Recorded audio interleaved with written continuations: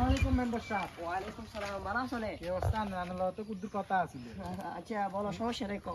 এই হুন্ডা একটু সাইড করে, আচ্ছা লাগতো না যাবো আপনি বসেন। সমস্যা নাই। ভালো আছেন? হ্যাঁ আছি তো।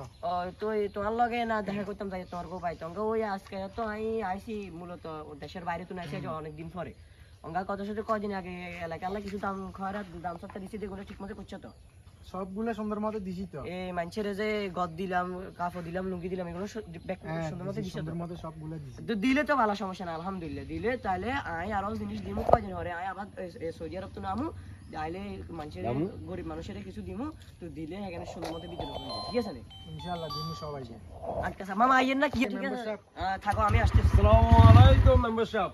ওয়ালাইকুম সালাম। বেয়াদবি মাফ করে এই দিবেন। এলাকার গরিব মানুষ আরই।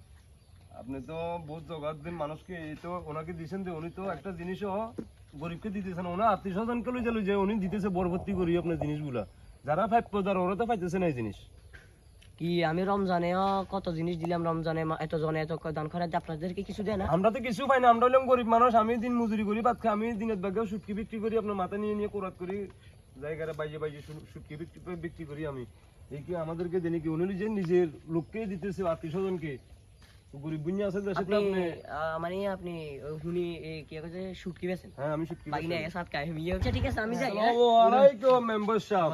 ওয়ালাইকুম সালাম। বেয়াদবি মাফ করে দিবেন, আপনার সাথে ওই দুটো কথা আছে। এলাকার আরই, আমাদের এলাকার। আচ্ছা আচ্ছা।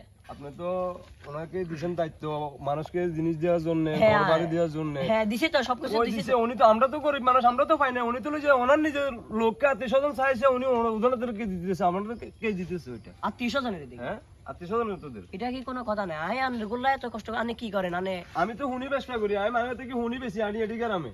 আমি 200 গ্রামে তো তালাশ করেন আর একটা গণনায় থাকার। এটা কি কোনো কথা?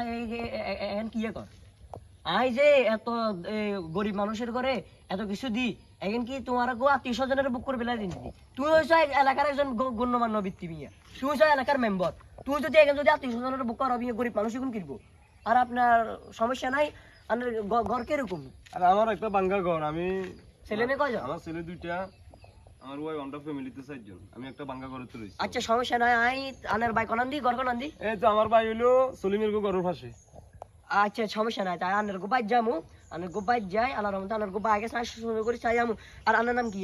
আর নাম আব্দুল হান্নান। আব্দুল হান্নান। এই জিনিসটা নোট করে নো মোবাইলেতে, নোট করে নো। আর এরে আই চাই মু আয় থানা তো নঙ্গা পুলিশে ডাই।